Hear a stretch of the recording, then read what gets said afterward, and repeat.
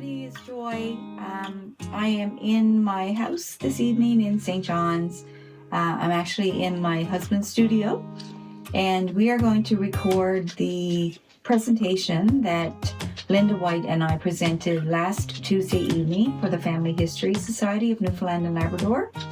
And at that time, of course, we were hoping to do a Zoom, but because the technology didn't work as we had planned, we decided that we would record it and then put it to YouTube. So that's what we are about to do, and hopefully it all works well, and we'll get you can hear the presentation. And if you have any questions or any comments about anything I'm about to present, please leave us a message on the Facebook page, the Greenspond Historical Society Facebook page, and we will check those comments and answer those questions to the best way that we can. And other than that, thank you for supporting us, the Greenspond Historical Society. We have many projects that we are working on currently. So if you want to support by making any donation, you can certainly do that to the Greenspond Historical Society. We're working on the courthouse. We are doing cemetery preservation work, and we also have the Orange Lodge project underway as well. So we've been very busy, and any support will be kindly appreciated. And so I hope you enjoy the presentation, and leave questions, leave comments, and we hope to see you this summer.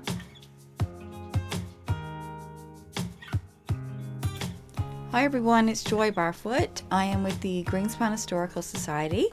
Last Tuesday evening, myself and Linda White presented to the Family History Society of Newfoundland and Labrador. We did a PowerPoint presentation on Greenspond. We talked a little bit about the Historical Society and some of the projects that we were working on at that time. And we had hoped that we could share the presentation via Zoom, but unfortunately the technology didn't work. So I'm here this evening in my home, and I'm recording the presentation. So bear with me. This is something new to me, and I am going to walk through the presentation with you, and hopefully you will find it interesting. If you have any questions or if you have any comments after the presentation, feel free to reach out to us on our Facebook page, and Linda and I will try our best to answer any questions, and we will leave any answers on the Facebook page. Before I start, I should actually say thank you again to Craig Morrissey of the Family History Society of Newfoundland and Labrador for inviting myself and Linda to come and speak to the organization. Last Tuesday we had about 15 or 20 people or so that came out for the presentation, and we've been trying to do this presentation now for about a year and a half, and so finally we were able to do it last Tuesday. So thanks again, Craig, for the invitation for us to come and share everything Greenspond with everyone that came out. Part of this presentation will also be a pictorial tour of Greenspond, so that I can give some context to its rich and vibrant history. So I'll begin with the Greenspond Historical Society. The Society was formed in 1994 as a voluntary community-based nonprofit organization. Its mandate is to document and promote knowledge and public discussion of the history and heritage of Greenspond. It also preserves records and manuscripts of historical significance, and we organize public lectures and workshops. And in recent years, we've also expanded our mandate to include advocacy work aimed at the preservation and restoration of historic properties in Greenspond, such as the courthouse and the Orange Lodge, and we'll share a little bit more about those a little bit later in the presentation. The Greenspond Historical Society's mandate is supported really threefold. First, the Greenspond Letter. Many of you are familiar with the letter, of course. It's published 4 times a year. This journal began publication in April 1994 and is dedicated to the history of Greenspond. Last year, it actually turned 30 years old, and we were very excited about that, and congratulations also to the editor, Linda White, for her unwavering dedication to this publication. The Greenspond Letter features articles on all aspects of Greenspond history and culture and includes interviews, biographies, articles, stories, poetry, genealogy, and many, many photographs. The letter is hosted on the digital archives at Memorial University's Queen Elizabeth II Library. So if you want to check out some of the back issues, you can go to MUN Digital Archives and you can find the lots of back copies of the Greenspond Letter dating back to April 1994. The Greenspond Historical Society also has a Facebook group, which I'm sure, again, many of you are familiar with. This group was created in 2008 and today includes almost 8,000 members. The group is comprised of people from all around the world, people who have some connection to the community. It's actually a great source for genealogists and those looking for family information. And also is a great place to go if you want to find out any information about current events and happenings in the town. We generally try to post all the current events and to share, where possible, things that are happening in Greenspond. The Greenspond Historical Society also has a website, and you can Google Greenspond Historical Society and you will find the website with lots of information on our projects. You'll find it provides biographical sketches and interviews with some of the incredible people who have made this place home over the years. You'll find genealogies and family trees that have been created for a number of different families associated with Greenspond, including families such as the Sansbury family, Dyke family, and Tiller families, and then there's also so many more. You'll also find a lot of community, political, and legal history and information on the website. There's a huge photo gallery, and of course, links to the back issues of the Greenspond Letter. And I should point out at this time that the Greenspond Letter, the Facebook group, and the website are all maintained by the Vice President of the Greenspond Historical Society and editor of the Greenspond Letter, Linda White. So many, many thanks to Linda again for all of her work, and it's like having a second full-time job for sure. So thank you, Linda. So now I'm going to tell you a little bit about Greenspond. The community of Greenspond is located on the northeast coast of the island of Newfoundland, on the traditional and ancestral homelands of the Beothuk and Mi'kmaq. Europeans arrived in the 1690s, making Greenspond one of the oldest continuous inhabited outports on the island of Newfoundland. Many of the community's first settlers came from the counties of Devon and Dorset in England's West Country, and also from southern Ireland. Greenspond was long known as the capital of the North, having become a major trading centre due to its proximity to main sea lanes. A substantial inshore fishery and land-based seal hunt developed out of Greenspond. By the 19th century, Greenspond was also a major supply centre and clearinghouse for the Labrador fishery, and had acquired the services and facilities of a bustling commercial town. Its population reached almost 2,000 by the turn of the 20th century. That's quite a few people, considering the population today is about 250, I'm thinking. Someone may correct me on that. The town of Greenspond was incorporated in 1951 and received the municipal services that status entailed.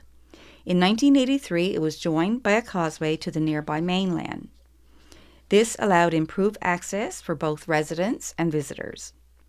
The 21st century has witnessed a substantial rise in tourism, particularly during the summer months, along with small businesses that cater to tourists and local residents and their families. However, the fishery remains the foundation of the local economy, and we'll see this as well as we go through the presentation. So for the next little bit, I'm going to take you on a pictorial tour of the community, highlighting a few stories and provide some historical context of this great community. And along the way, I'll give some updates on some of the projects that we've been working on. But before I get to that, I do want to share with you the idea of memory maps. And the reason I wanted to include this is because this presentation actually had its roots in a memory map project that I did with my father, Wilfred Carter, not to be confused with the singer Wilf Carter, although my dad could hum along to any song, particularly the Dixie Chicks and also Reba, two of his favorites. But he was not a singer. And even at 90 years old, he had a wonderful memory, and his stories of growing up in Greenspond have been shared with me many, many times over many cups of coffee and tea. And this is a photo of my dad working on his memory map in, I think it was about 2017, so just shortly before he passed. So the idea of making memory maps is basically to create a hand-drawn map to capture an image of what our childhood home looked like, as we remembered it. Our maps began with a similar outline of the island, but before long they became vastly different, after we included things like buildings and other structural features. My map was done in no time, and I'll explain why at the end of the presentation. But Dad, he spent a lot of time inserting fishing rooms and root cellars and veggie gardens and all the homes that were on the island at the time. And these maps soon gave way to conversations about what it was like to grow up in Greenspond, and in particular, what life was like on Ship Island, where we both grew up. So though our childhood spanned some 45 years, and although buildings and physical structures and neighbors have come and gone, in a peculiar kind of way, our childhood experiences were similar. And here's another photograph of Dad and myself working on those memory maps. So this is where it all began. This house was built more than 130 years ago by my great-grandfather, Peter Carter. My great-grandfather was a coffin maker and a builder of boats. This is where my father was born and where we both grew up. This is our family home on Ship Island, one of the larger islands that encompasses Greenspond. As we sketched our house on the memory map, our conversations lent itself to many different things, many different topics. And one topic in particular was waking up on a cold winter's morning in this particular house. So imagine, if you will, waking up and it's so cold that you can see your breath. Deposits of small white ice crystals have formed on the inside pane of your bedroom window. This, my friends, is frost. And cautiously you throw back what feels like 100 quilts, and as your feet hits the floor, it sends shivers to the top of your head, and your one goal is to overtake your siblings on the 13 narrow wooden steps from your bedroom that will take you to the kitchen, to the hearth of the home, where the wood stove is in full blaze and your eye is on the prominent seat next to the oven door, as if it were the finish line of a marathon. And that's just one of the conversations that came out of our memory maps. Of course, living on an island, we then talked about water. Our memory maps turned to a conversation about common experiences of collecting water from the local well. And I guess I should note that year-round water didn't actually come to Greenspond and Ship Island until the late 1970s and even early 80s in some cases. There were several wells in Greenspond, but our main stop was the well located next door to St. Stephen's Church. I just had to put this photo in. This is a photograph of the catamaran that was built by my dad and was used for many years to pull buckets and barrels of water from the well to our home. And when it was not in use for well work, it was often used for sliding on the church hill. Before my time, water came from a man-made reservoir where the first pipes were made from wood by the locals. These pipes fed water to the Dog's Head tap, which is what Dad recalled. By the time I was old enough to collect water from the well, the tap had changed to a faucet tap. So again, another conversation that stemmed from our memory maps about what it was like to grow up in Greenspond. This photograph shows one of the last ferries to commute from Valleyfield to Greenspond before the building of the causeway. This is how I remember traveling to and from the island for most of my childhood.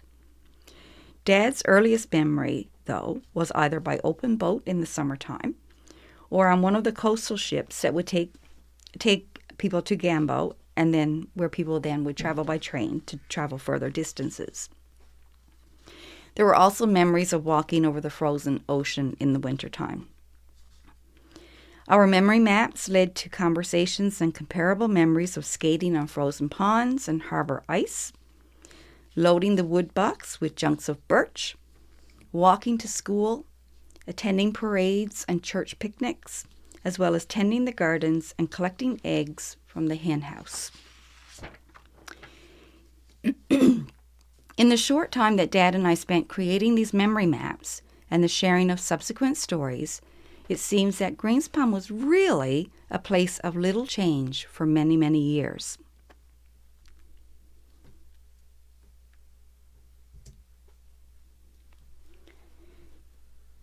I should point out before we move on that memory mapping workshops is something that we actually offered in Greenspond last summer. And I facilitated one of those memory making workshops. And we had about 20 people come out. And people shared, they hand sketched their map of Greenspond or a place that they were familiar with during their childhood. And after, these maps really did engage, and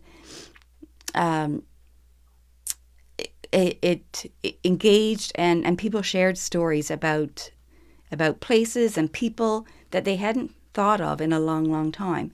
So memory maps are a really good way to, if you want to get stories and share stories. Okay, so how do we get to Greenspond? Driving west along the TCH from St. John's, exiting onto Route 320 at Gambo, and continuing north along this stretch of road will take you to Derek's Way, named in 2024 in honor of our beloved friend and MHA, Derek Bragg. Sadly, Derek passed away last year after a brief illness, and this is a fitting tribute to someone who meant so much to so many people. This 19-kilometer stretch of road will take you to the causeway. And this photograph here is actually just before you turn right onto Derek's Way. Greenspond is comprised of several islands, the largest one being Greenspond. And the smaller ones include Batterton, sometimes called Wings Island, Pig Island, and Ship Island, just to mention a few. And the few that I did mention are all still inhabited today. Change came to Greenspond with the construction of the James White Causeway, and with it came a flurry of development. Those who had moved away were coming back home with their young families, and new modern-day bungalows were being built. A new fish processing plant opened, an all-grade school was constructed, roads were improved upon, water and sewer were being upgraded, and it seemed Greenspond was finally entering a period of renewal. The lifeline that connects Greenspond to Chambers Cove and the rest of the mainland today officially opened on November the 16th, 1984. Crossing the bridge on the causeway, a sign welcomes you to the island, and it is where our tour will begin. Pardon me. As you enter Greenspond, you will be greeted with a panoramic view of the island, and our first stop is on the Sealing Captain's Lookout. So these next couple of photos are of the view from the Sealing Captain's Lookout. And you can see Puffin Island in the distance, in the background in this photograph.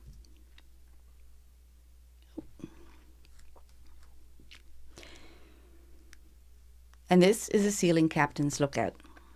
By the mid-1800s, ships such as the Southern Cross, the Newfoundland, the Virginia Lake, and the Ice Ranger would leave St. John's in the fall and anchor in Greenspond until spring, when the seal hunt would begin.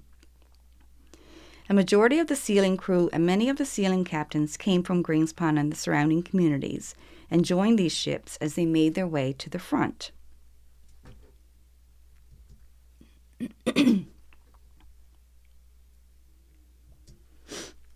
The community has taken great pride in the sealers' accomplishments, and stories have been passed down through the generations of sealing captains such as Darius Blandford, who made the quickest trip ever recorded, and Peter Carter, not my great-grandfather, but Captain Peter Carter, who secured the heaviest load of seals in the history of the industry.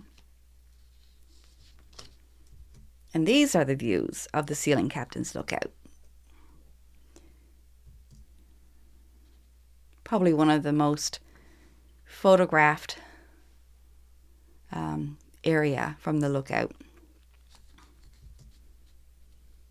And there's Puffin Island in the distance.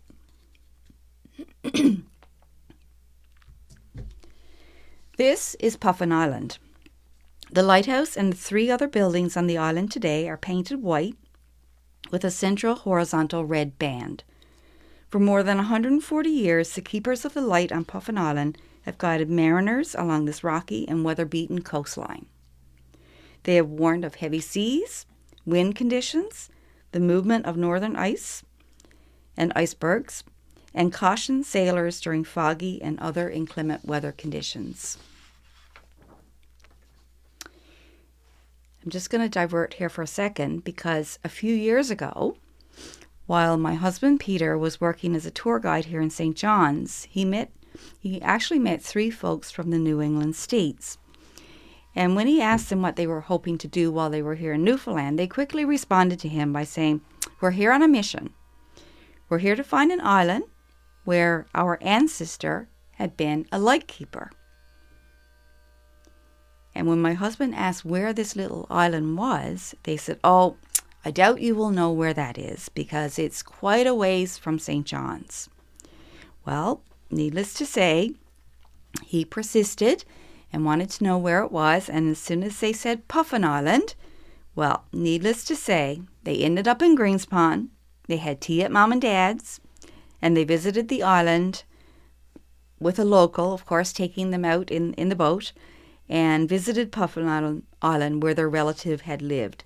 And he was apparently the first lightkeeper of Puffin Island, Mr. Robert Oakley.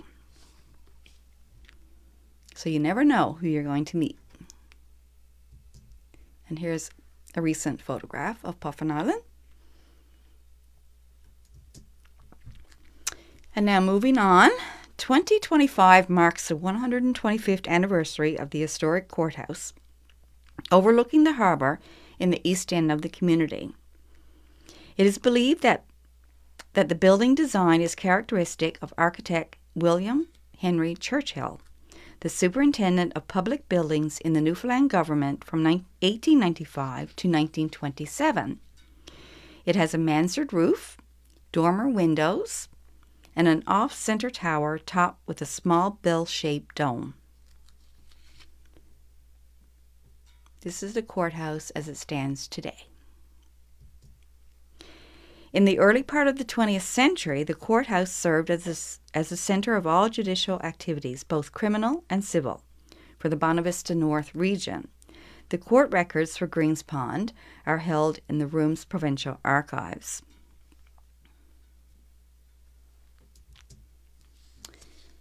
The courthouse also functioned as a home for the jailer and his family.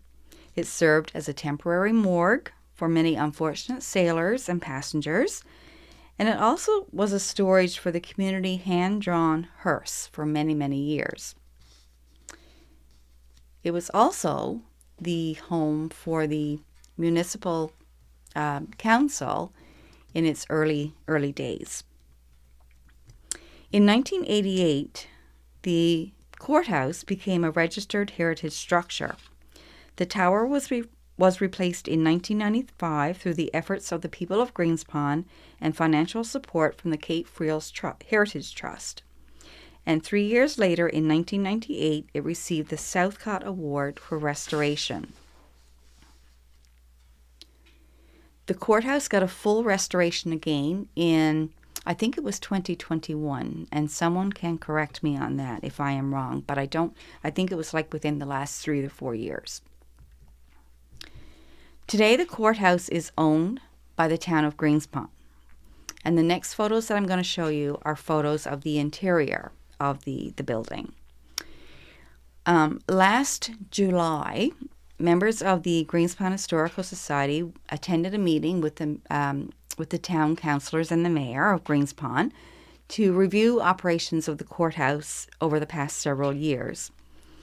And it was at that meeting that the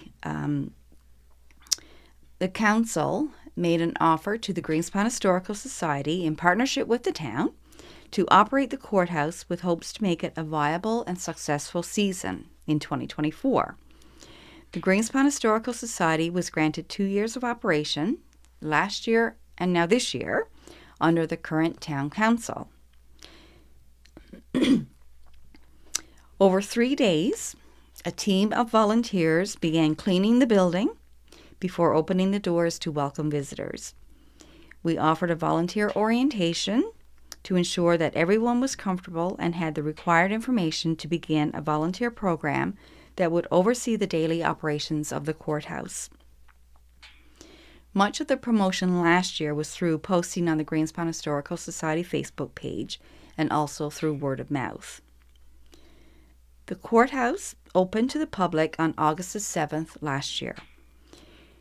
It operated for 7 days a week until the end of August, and then with reduced hours until the end of September.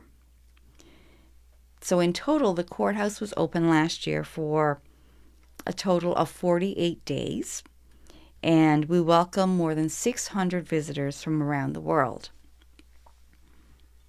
Over the summer, mock trials were developed and delivered by one of our volunteers, Denise Hayes. These cases were researched and based upon real trials that were held at the courthouse when it was in operation. They were very, very successful, and I think about 125 or 150 people actually participated in those mock trials. So if you want to participate, we encourage you to come this summer, and I'm sure we'll be offering them again. Visitors also enjoyed tours of the building, learning about the history and uses of the courthouse over the years, the duties of the jailkeeper and his family. They enjoyed stories about the community and, of course, the view from the lookout tower. The Greenspond Historical Society is really looking forward to 2025 summer season. We have plans for new, I don't want to give away too much, but we do have plans for new exhibitions and local art and photo exhibitions and so much more. So we're just in the planning stages right now, and our largest research project currently is that of Louise Maud Saunders, who is the first woman lawyer in Newfoundland, from Greenspond, of course. So stay tuned for that exhibit and for some great work to be installed this summer as we continue operations in the courthouse.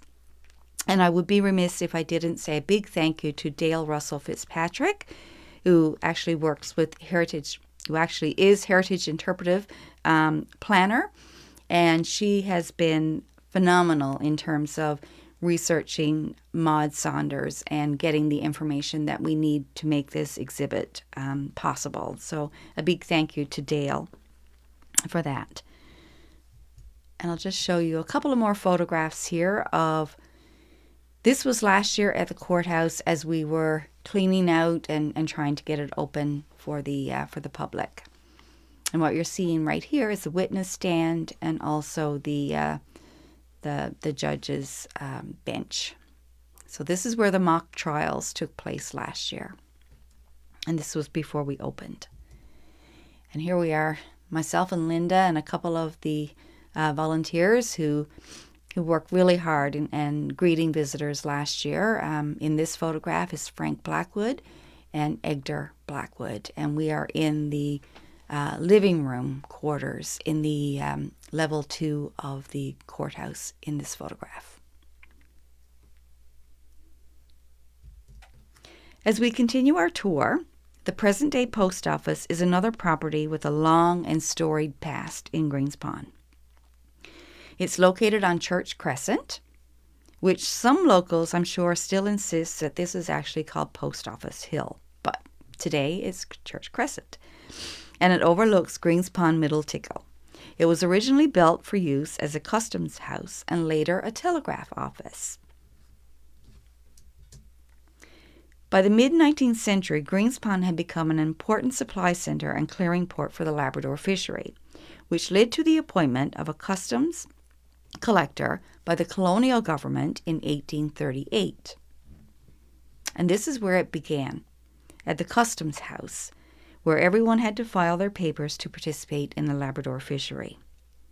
This is a gorgeous photo showing all the fences. At the time, you can see St. Stephen's Church in the background, and just a very old photograph of the what was the customs house. Greenspond continued to be an important base for the Labrador fishery well into the 20th century. A decline in the fishery during and after World War II meant that Greenspond also declined as a fishing and supply center. Several decades would pass from the time of the first collector of customs to Greenspond to laying a submarine cable between Greenspond and the mainland. The provision of a telegraph service would greatly enhance the communication between Greenspond and the outside world. It was here that locals would come and gather to get the daily news and to read telegraphs that brought news from around Newfoundland and the world. The post office today is staffed by one postal clerk and is still considered by chance a meeting place for locals.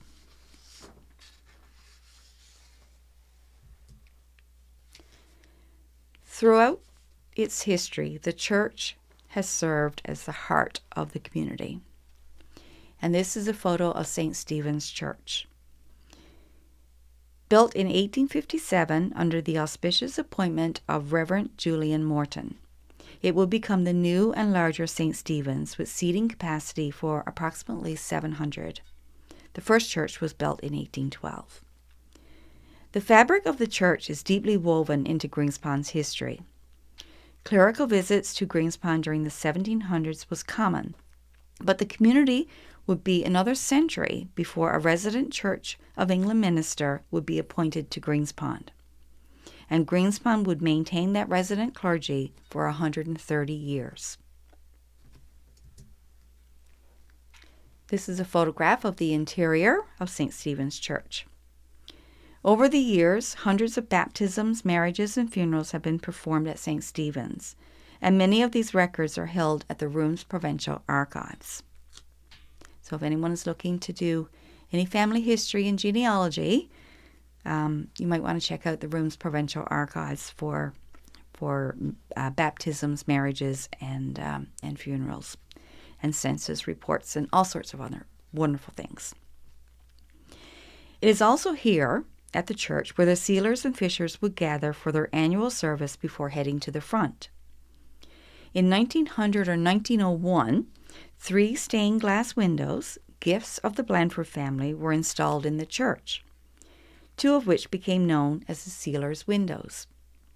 And they were gifts of the officers and crew of the SS Iceland and the SS Southern Cross, both of which were captained by Darius Blandford. The clock, which is situated in the tower on the front of the building, was a gift of Captain Samuel Blandford and the crew of his ship, the SS Neptune. Until the 1860s, the Church of England was a major denomination in Greenspond and was the only church. It is also the only church that is in operation in Greenspond today. That being said, I would be remiss if I didn't mention the importance of other denominations that have held prominence in Greenspond over the past 2 centuries. The first is a Methodist church, which was built in Greenspond in 1867, and it had the capacity to seat nearly 700 people. So you can see how large Greenspond was during that time. 2 churches that could seat 700 people in each church. Phenomenal. At this time, in 1867, it was the first Methodist church on the north side of Bonavista Bay. In the early 1900s, it had undergone renovations to include a new front and tower. According to local tradition, the 800-pound bell that was in the church was actually carried by 2 brothers from the fishing wharf at the waterfront to the church. That's oral tradition. Don't know if it's true. Maybe someone out there has a story that they can relay to us on that. Maybe someone has some information. In 1965, the members of the congregation gathered for a final service in this church. And this was the new church. It was built in the same location on United Church Hill on the west end of Greenspond. Sadly, the declining population and therefore a declining congregation saw the closure of the United Church in 2015 after 150 years of service to the community. Greenspond was one of the first Outport communities to embrace the Salvation Army. The first citadel was built on the hill overlooking the community, but later this building that you see in the picture here was constructed on the main road in the west end of the community, next door to the Orange Lodge. For many years, the Army operated as an independent corps and had active church-based groups and organizations, including Sunday School, Home League. It had bands and youth groups. The Corps in Greenspond was served by commissioned officers for more than 80 years. From 1969 onward, with the exception of a few short years in the 1980s, a Corps officer from Wesleyville held afternoon services, except during the summer when a cadet was sent from the training college in St. John's to serve the community. The membership has once again rejoined the Wesleyville Corps, and the Salvation Army, as seen in this photo, was demolished in 1989. And I believe this photograph actually came to us by Tracy Woodland. So Tracy, thank you for sending the Historical Society this photograph. There was never really a large community of Roman Catholics in Greenspond, but in the early 1800s there were approximately 100 Catholics. Many of them, of course, would move elsewhere. In 1901, there were only 18 Roman Catholics listed in the census for Greenspond. And in this photograph, we can just barely pick out the little Roman Catholic chapel right behind the little girl's head there, right behind the white picket fence. So a very small chapel.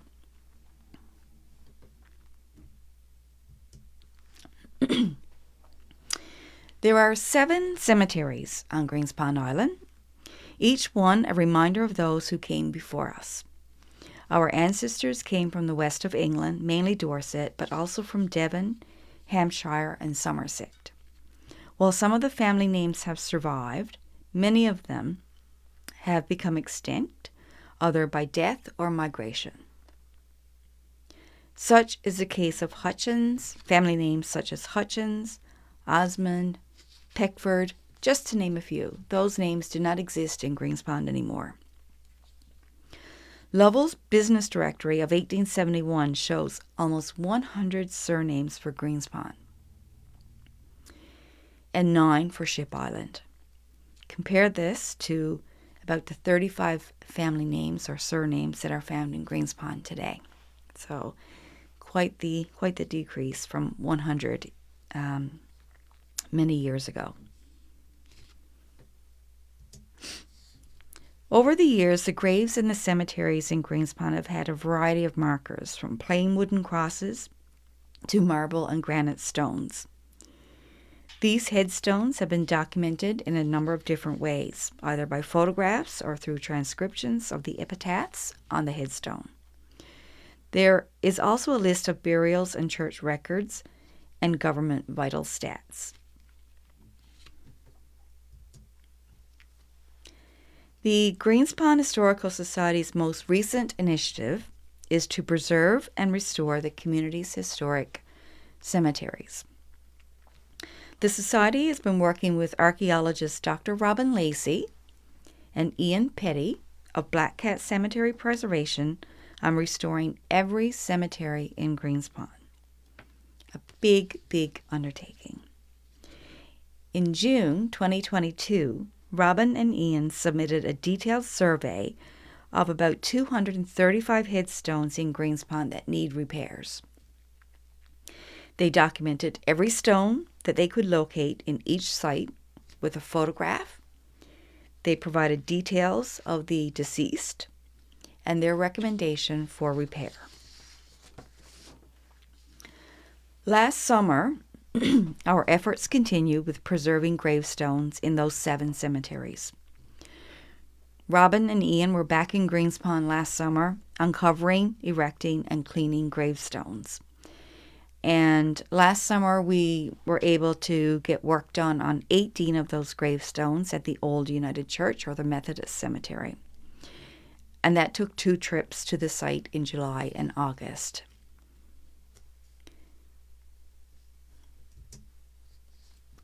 And you can see what the cemeteries actually looked like before we were able to get in and get the grass cut, so that Robin and Ian could actually work on the headstones. And here's another photograph of what the cemeteries look like. This one was right up on the top of the island. In September, in the fall, Robin and Ian offered a walking tour of the Old United Church Cemetery. It was cold, and it was windy, and it was raining. Actually, it was pouring. And it was a very windy day on the island. But despite the weather, about a dozen people actually came out, braved the elements to join in the tour. Due to the weather state of many of the gravestones in that particular cemetery, and the shallow nature of many of the burials, some gravestones were actually laid on the surface of the sod rather than being repaired or set into gravel, as this was the only way to preserve what remains of the gravestones without disturbing the burials. Here's another. This photograph is actually in the Anglican cemetery, the new Anglican cemetery, I believe it is. Yeah, the new Anglican cemetery on the top of the island. To date, Black Cat Preservation has worked on 48 gravestones out of the 235 gravestones over 7 cemeteries on the island that need work. This work will continue in 2025, but as you can see, there's still a lot of work to be done. All of this work is done through fundraising efforts, and so of course, if you would like to contribute to this project or any of our project, you can certainly reach out to us.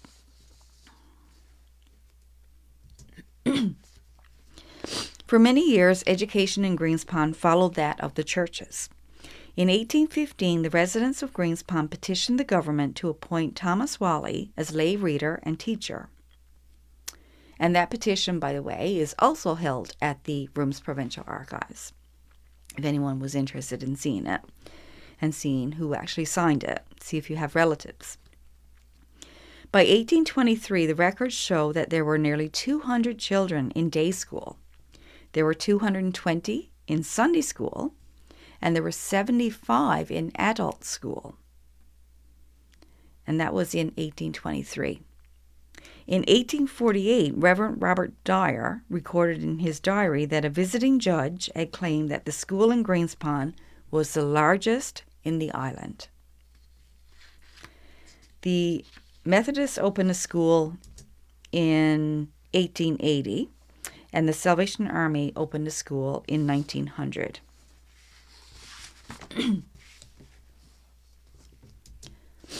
And then in 1979, a new all-grade school opened. And remember at the beginning of the presentation I talked about during the construction of the causeway, there was a flurry of development. This is one of those developments. So in 1979, a new all-grade school opened. And it was situated near the middle of the harbour, and it was called Heritage Academy. And for the first time, Greenspond had a school with multiple classrooms and washrooms. It had a gymnasium, it had a science lab, a kitchen. It had 5 teachers and a principal, and all under one roof. And it was something that we were all very, very proud of. During the 1990s, due to declining enrollment, the junior high and high school students from this school were bused to nearby Pearson High in New West Valley, which is 30 minutes away. In the years to follow, the elementary students were also bused to New West Valley. And that left one teacher with grades K to 3 at Heritage Academy. In 2016, the decision to close Heritage Academy was made, and for the first time in almost 200 years, Greenspond was without a school and continues to remain without a school. So it did have a long history of education and different schools in Greenspond. In Greenspond, you will undoubtedly see many unique and striking homes that form part of the community's charm.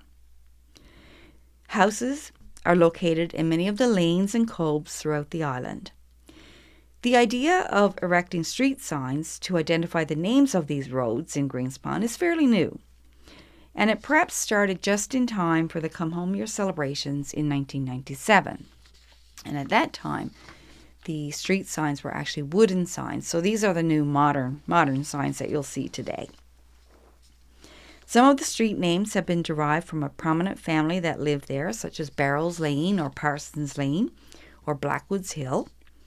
Sometimes the name of the roads reflect a physical building or even an animal, like Wings Island, Church Crescent, and probably my favorite, Nanny's Hole.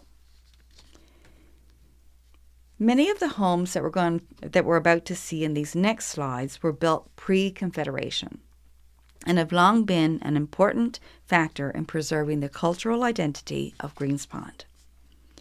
As influenced by their lifestyles, many earlier homes were built along the shoreline or upon the hillsides, allowing for easy access to the water for the fishery.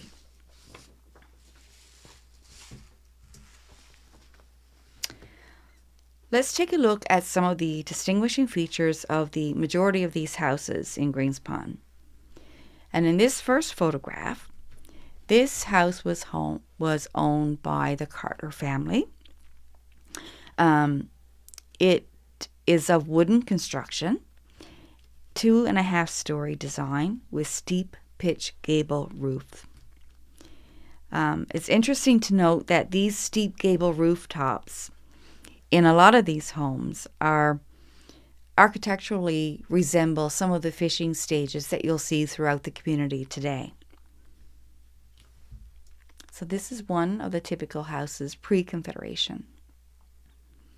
This house is now owned by Ivy Tong, Cousin Ivy, as Linda likes to say, Cousin Ivy, and is actually a registered heritage house as well. Another typical house is this house. It was once and continues to be owned by the Parsons family. This one, again, initially had wooden construction, but with a Victorian mansard roof shape. Some of these houses with this particular roof shape have bay or dormer windows in the front facade, as you can see in this photograph here. This is probably one of my favorite houses in Greenspond. It's a saltbox, perhaps one of the oldest as well. And it was once a typical house found in Greenspond. And it was so named for its shape, resembling the boxes used for shipping salt to Newfoundland. One of the questions that came from our presentation last week was, why were the salt boxes this shape? Why did salt come in boxes this shape? We didn't really know the answer to that question. So if anybody out there has any idea, then certainly share on the Facebook page. This was actually one of the earliest forms of house construction, looking larger from the front than it actually was, as it was generally 1.5 stories. Between 1880 and 1935, salt boxes had 2 full stories and was slightly larger than the earlier models. So this one will be a second generation salt box. And again, sadly, this is the last of this type of house in Greenspond. And this house is owned by the Kirby family, and is actually one of our summer homes there. This house is located on Parsons Lane in the east end of the harbour and represents the Queen Anne style. It is one of the only remaining homes left in the community that speaks of Greenspond's history as being a prominent distribution centre for the northeast coast. The house is of wooden timber construction and features a steep gable rooftop with double bay windows. It retains its original wood shingles on the peaks above the bay windows and some decorative bracking on the front facade. The windows are also original to the structure. The Harding house was built for Edward Harding in the 1890s, but after a family tragedy, the house was rented for several years to the Newfoundland government for use as a dwelling for the local magistrate. The Hardings returned to their home in the early 1900s, and it stayed within their family for another century. Besides a commanding view of Greenspond Harbour, the garden is surrounded by a white picket fence and holds some wonderful ancient lilac trees. The Harding House was designated as a registered heritage structure by the Heritage Foundation of Newfoundland and Labrador in 2002. It has in recent years been sold and was turned into a bed and breakfast, but today it has returned to private ownership.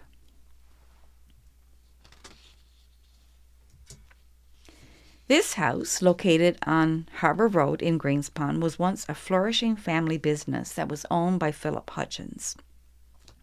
The Hutchins family came to Greenspond from Devon, England. And in its day, it was a shop and a dwelling house. They were under the same roof, and at one time, I'm told, measured approximately 85 feet long. There were 5 large windows in the shop area with 1 main entrance. The dwelling house had a separate entrance. The store consisted of 5 departments: wallpaper, hardware, chinaware, groceries, and dry goods. And one could purchase almost anything at this store, from a cup and saucer to a garment of clothing to a gallon of kerosene oil. It was in operation until 1944. There was also a Hutchings store located at 255 Water Street in St. John's, and that later became known as the Nolings, and then later it became Ayers. So there's a little bit of history.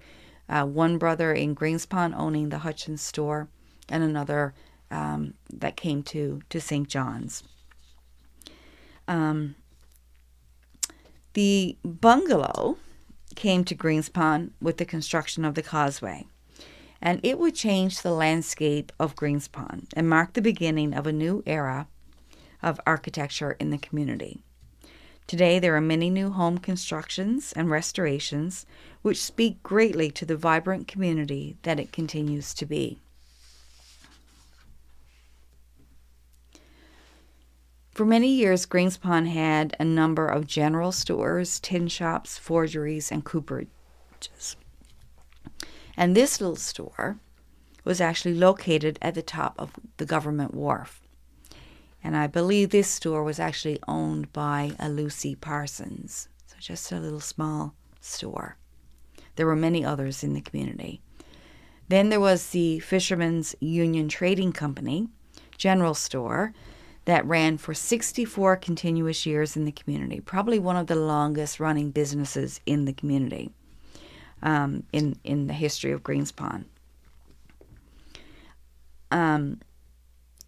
When Dad and I were doing our memory maps, Dad, he mentioned that he remembered as a child going to this store for his mother to purchase molasses so that she could make her Christmas cake. And she would give him a little jar, and he would go down to the Union store, and it was probably sometime in August that they would start prepping for their cakes. And he remembered that the molasses was actually stored outside the store in barrels or in kegs. And he said there were lots and lots of flies around the barrel. And he figured that each year when he was sent to the Union store to get molasses, he figured that the Christmas cakes that his mother made at any given time likely had just as many flies as it did raisins, because of course the kegs were left outside and so many flies. So that's one of the great stories and still one of the many wonderful memories that I have of creating those memory maps a few years back with my dad. There's just one general store on the island today, but there's also a number of small businesses such as B&Bs, a tea room, 2 restaurants, and you can tell that that the community is now making way to welcome and cater to the tourism in the area, and it's really nice to see so many of these small businesses and restaurants making their way into the community. There were many changes in the fishing practices throughout the 20th century, especially after the Second World War. And despite its ups and downs, the fishery remains the backbone of the economy. In 1946, there was a bait depot that was built, supplying bait and providing storage for the fishermen's trawls. There was a fresh fish processing plant that opened in 1957, and a smokehouse opened in 1970s, all of these offering alternative employment to the residents. The expansion of the fishery in the 1980s brought many of the young families back home, and of course, having a causeway made that transition easier. And for nearly a decade, until the early 1990s, the community was once again flourishing, or was beginning to flourish. There was a new fish plant that was built on the waterfront in the vicinity of where the smokehouse and the bait depot once stood. And it eventually came under the ownership and operation of Beothic Fish Processors Limited. In addition to processing fresh cod, the new plant accepted capelin for processing for several weeks during the summertime, where it would be sorted by hand. The plant would employ people as far away as Gambo and Musgrave Harbour. And while the building still stands today, the fish processing is now carried out in the neighboring fish plant at New West Valley. Here's a photo of the government wharf, or what the locals will call Fish Plant Wharf. It's where for many years the local men would gather to catch up on the news, and where young boys would cut a meal of cod tongues, and where codfish and capelin were shipped for processing and marketing. It continues to be a meeting place for locals and visitors, and a flurry of activity during the summertime, when fishers offload their catches, their bycatches and quotas from small-scale commercial and sentinel fisheries and other types of fisheries. Throughout the island today, there are constant reminders that this is still a community determined to keep this long-standing industry alive. Fishers are now engaged in, they're engaged in many different types of fishery now, such as the crab and lobster, herring, squid, sea urchin, turbot fishing. So there's much diversity in the fishing that exists now in Greenspond. And throughout the summer, locals and visitors still participate, of course, in the recreational cod fishery, as seen in this photograph. This is a photograph of my husband catching fish during the cod recreation fishery a few years back. And what's interesting is that they're still using the same age-old fishing grounds that have been used for many, many years, for decades.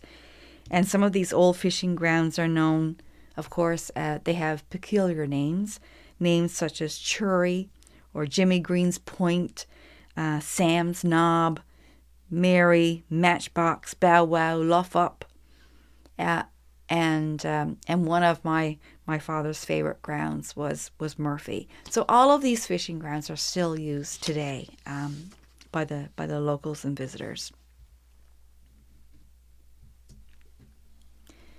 Overlooking the harbour is the Community War Memorial. The memorial, with its granite cenotaph, is a reminder of our place on the world stage. Like many young men from communities around Newfoundland and Labrador, the young men of Greenspond, without faltering, contributed to the war effort. And this memorial stands to commemorate those lives lost during the First World War. Young men like Harold Hutchins, as seen in this photograph. He's the son of businessman Philip Hutchins, who lived next door to where this memorial stands. And he is just one of those faces of valor. There were so many others. Harold was just 16 years old when he enlisted, obviously lying about his age. He traveled overseas and trained in England and Scotland and spent some time in Egypt. He joined Allied soldiers on the Western Front in 1916, and it was here at Beaumont Hamel on July 1st, 1916, when Harold paid the supreme sacrifice.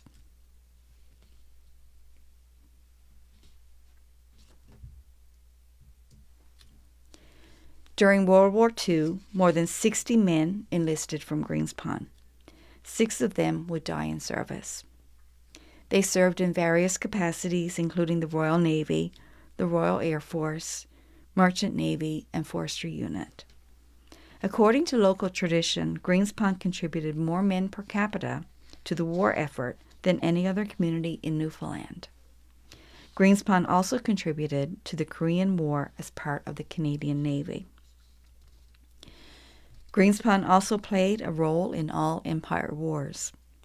When the Boer War broke out in 1899, men who were employed in the Sydney mines were recruited and trained in the Royal Canadian Regiment.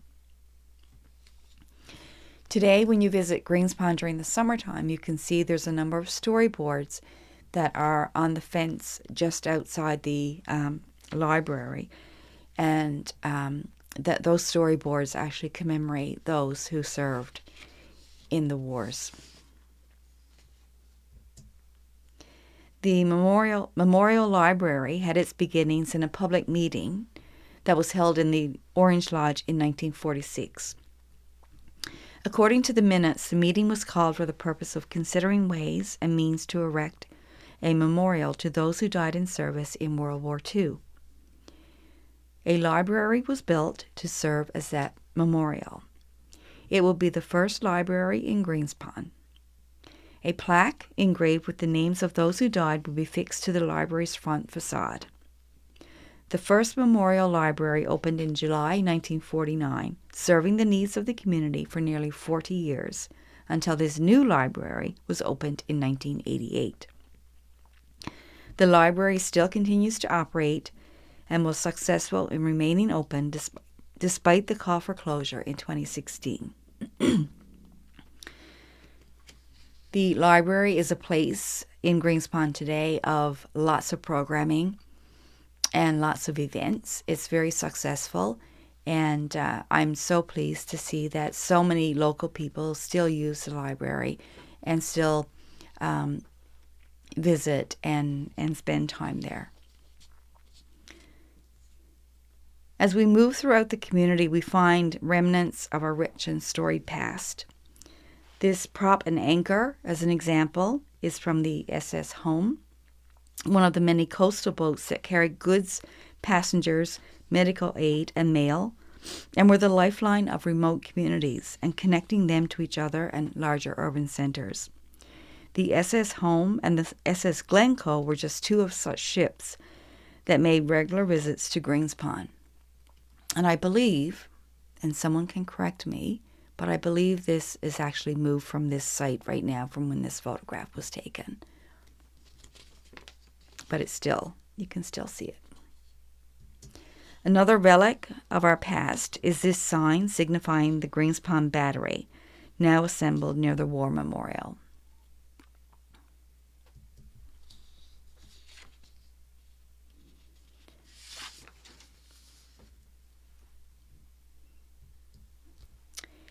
Moving to the west end of the community, this is the Orange Lodge. The lodge has a long-standing history in Greenspond, dating back to 1870, when the first men to join did so in St. John's. After fire destroyed the first hall, it was decided to build a new hall on this site, and it became the Greenspond Loyal Orange Lodge number 205. The Greenspond Historical Society owns the Orange Lodge today, and it's one of the projects that we are actually pursuing. We are in the process of actively restoring this building to its former state.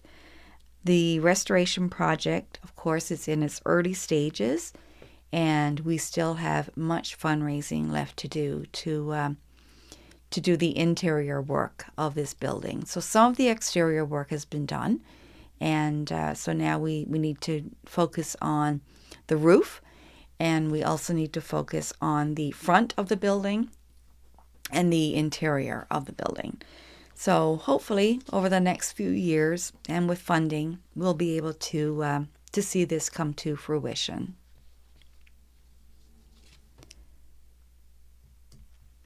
One of the most incredible projects completed in time for the Come Home Year celebrations in 1997 in Greenspond was the creation of the Islands Trail system. The trail runs the entire length of the back or north side of the island.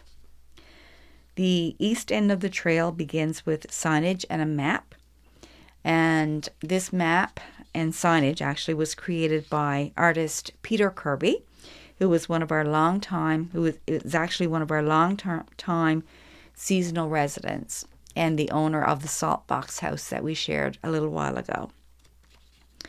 So along the trail, there are a number of wooden signs that bear the name of each little cove and piece of land. The names given to the various locations along the trail are a reminder of those who lived in the area, or they have some characteristic of the landscape in the area. The trail there's a lot of boardwalk on the trail, and there's bench seating throughout for people to sit and just take a break. There are also gazebos on the trail where you can relax and enjoy the ocean view, take a rest from berry picking, where you can get lots of baked apples and partridge berries and blueberries, just to name a few. Many of the benches along the trail actually have been donated by family members in memory of loved ones and contain plaques of such remembrance. It's not uncommon to meet anyone walking on the trail. There are lots of people who walk the trail. And it's not uncommon to catch a glimpse of gannets and whales and even icebergs from time to time. So if you are in Greenspond, be sure to check out the trail system. It is absolutely one of the best trails that you will find, I'm sure, on this island.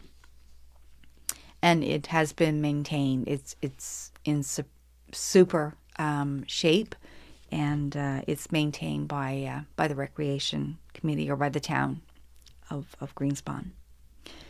And so here's another image actually of the boardwalk.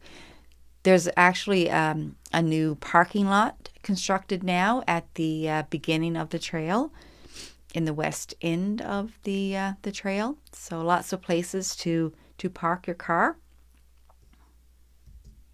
And then at the west end of the parking lot is on the east end of the trail.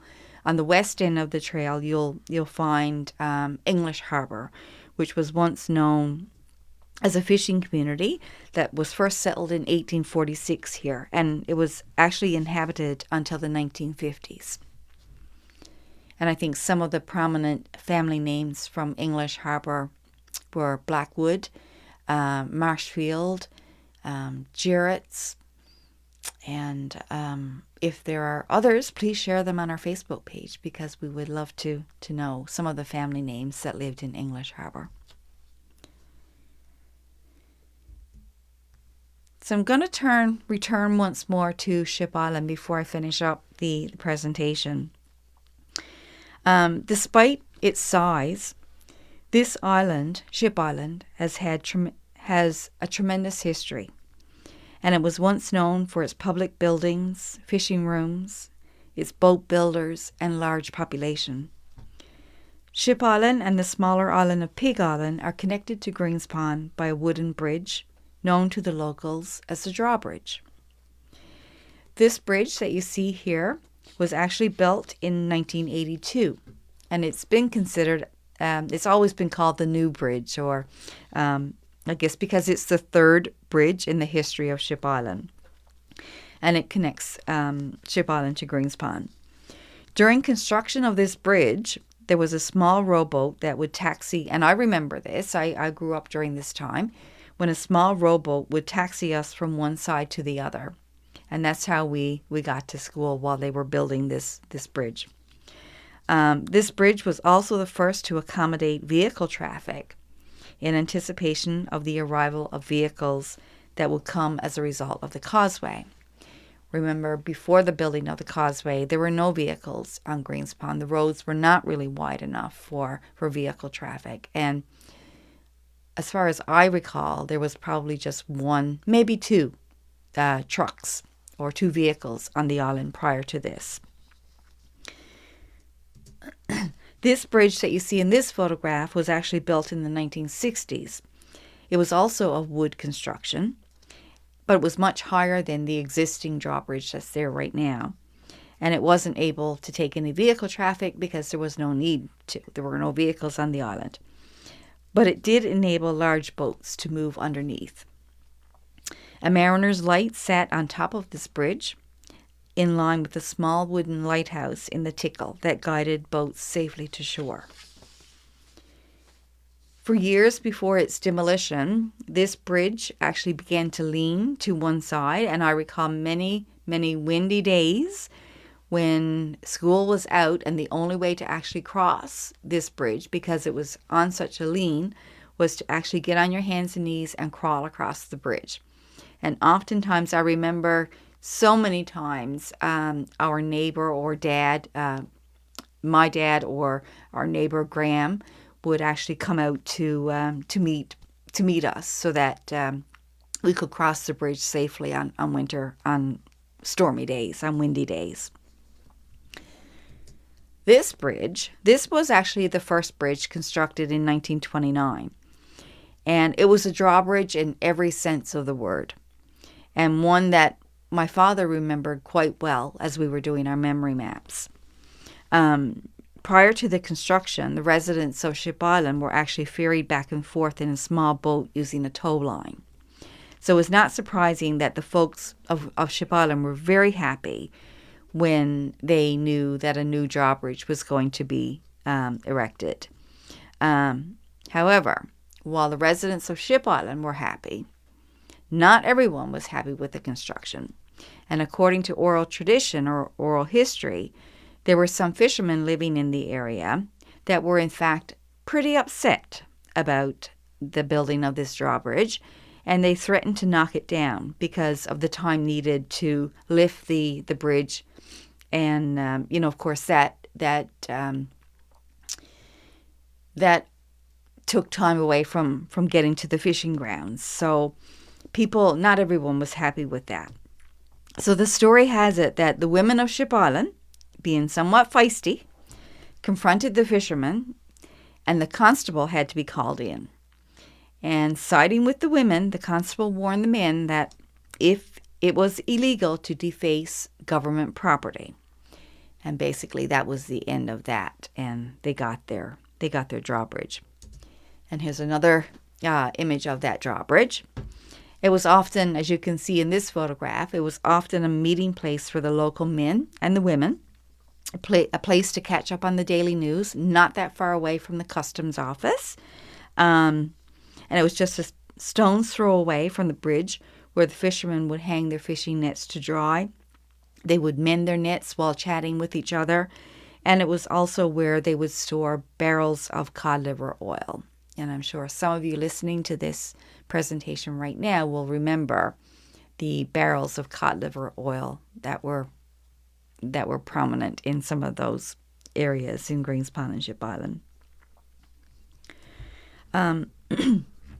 According to the 1911 census, there were about 165 people living in 37 houses on Ship Island. 165 people living in 37 houses. If we return to our memory maps from the beginning of the presentation, my dad grew up in the 1930s. In 1935, during Dad's childhood, there was a population of more than 100 people living on Ship Island. There were 20 plus surnames. Surnames that included White, Carter, Burry, Peckford, Crocker, Wheeler, Green, and these are just a few that I remember from doing our maps. During my childhood, there were 3 houses, 2 family names, Carter and White, and a population of 14. It has several potato gardens, 2 hen houses, 3 dogs, and at any given time, it had at least 6 cats, all belonging to me. This is Ship Island today. The image that you see, you can see the bridge there between the blue house and the green house, and then that will take you across the bridge. So from the beginning with the red fishing stage, that's actually Pig Island and Ship Island today. So today the island has 8 houses and a year-round population of 3. In the summer months, the population triples or quadruples really, with seasonal residents bearing family names such as Davis, White, Bennett, Bragg, and Carter. So throughout this presentation, I've tried to capture some of the long-standing history of Greenspond. I've touched on some of the projects that the Greenspond Historical Society have been working on over the past few years. The courthouse, the Orange Lodge, and the cemetery restoration projects. And I've given you a snapshot of what the community is like today. So from the once capital of the North to a community along the road to the shore, we hope you will find yourself in Greenspond soon. And I thank you for joining in and listening to this presentation this evening. And I will pause it here, and I hope to see you in Greenspond this summer. Thank you.